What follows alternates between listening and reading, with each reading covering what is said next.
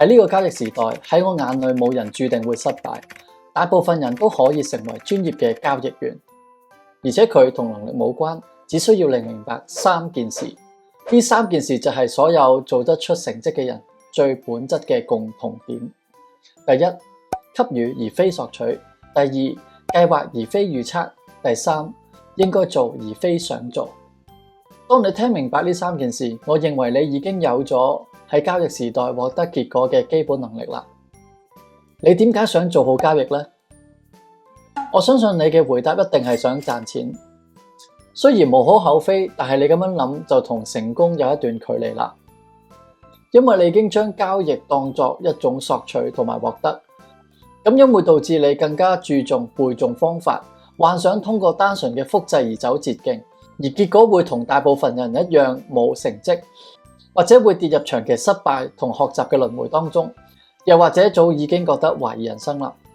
你需要跟其他嘅專業一樣，通過練習、試錯、不停嘅重複，直到變成習慣之後，先至能夠成為你嘅小技能。而呢個過程當中需要好多努力、時間同心機。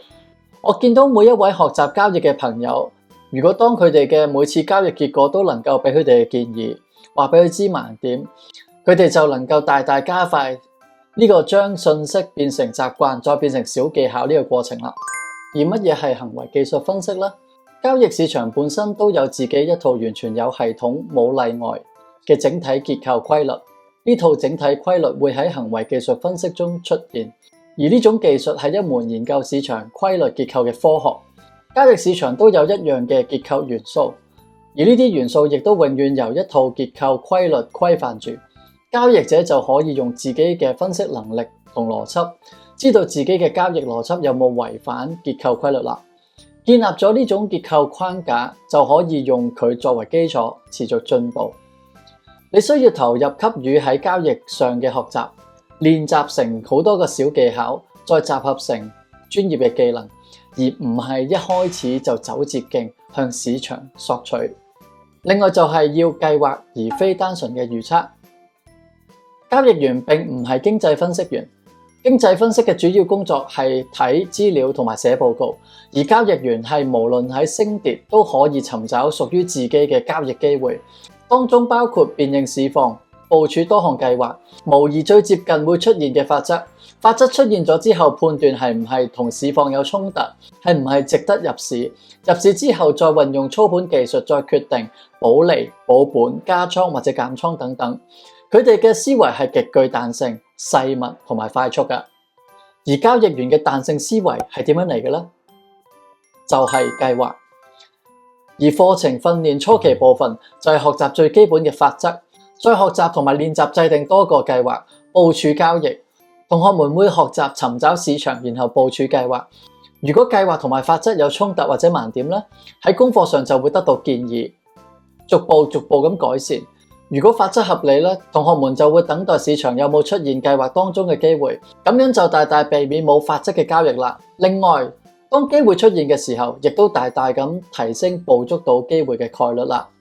交易員嘅思維又點樣細密呢？喺訓練嘅中期，同學們喺每個星期都會針對某些法則嚟到交功課嚟到通關，令每項法則成為佢哋嘅習慣，可以更加精通細密咁將法則融入計劃當中。另外，每週都會有線上嘅互動，利用問題互動複習光學式嘅知識盲點。同一時間咧，喺訓練初期至中期咧，我哋會透過學習短炒交易，快速解決 Type 1 error， 即係交易員認為合法則其實唔合法則嘅交易，同埋 Type 2 error， 即係交易員認為唔合法則其實係合法則嘅交易。呢一部分主要係針對技術嘅進步，將逐項法則套用至熟悉。初期至中期嘅目標係持續進步，同埋快速咁解決 Type 1 error 同埋 Type 2 error。同學雖然係用細注碼交易增倉，但係初期嘅目標並唔係焦點喺錢上面，令佢哋嘅學習集中喺技術上嘅進步，而減少因金錢帶嚟嘅情緒負擔。喺呢段期間咧，同學目標係將所有嘅計劃、法則同埋市場背後嘅原理都變成習慣，無需要再刻意思考就能夠運用得到。利用原認知嘅操作咧，就係交易員嘅快速思維啦。後期嘅練習會焦點學習長炒，掌握倉位管理同埋多個市場同步，把握多數量嘅市場同埋 Excel 嘅有限、TP 嘅無限嘅特性，利用加倉減倉，目標係賬戶有波幅性嘅增長。同時喺操作同埋數學上，長炒亦都係較多交易員主要嘅收入來源。與此同時咧，交易員要明白應該做而非想做。學習中嘅交易員咧，難免喺交易途中出現情緒，包括報復式嘅交易啦、冇法則嘅交易等等。喺學習交易心理學嘅課程當中，我哋會利用心理學原理 JDR Model 嚟到調節嘅。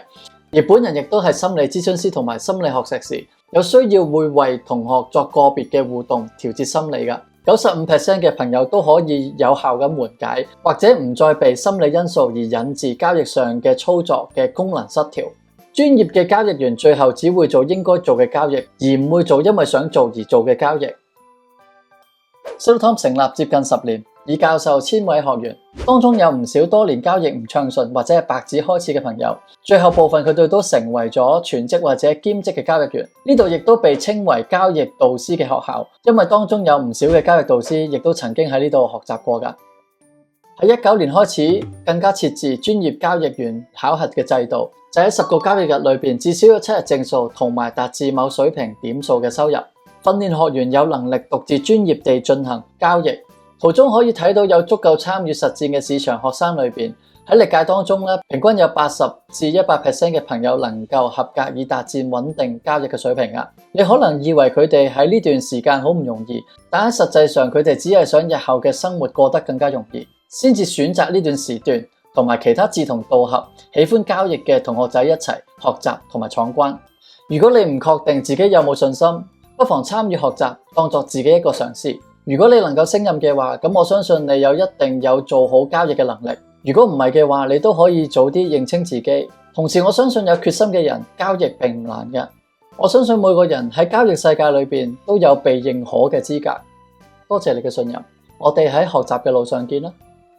世上哪有神奇嘅交易員？一切都係背後嘅強準備。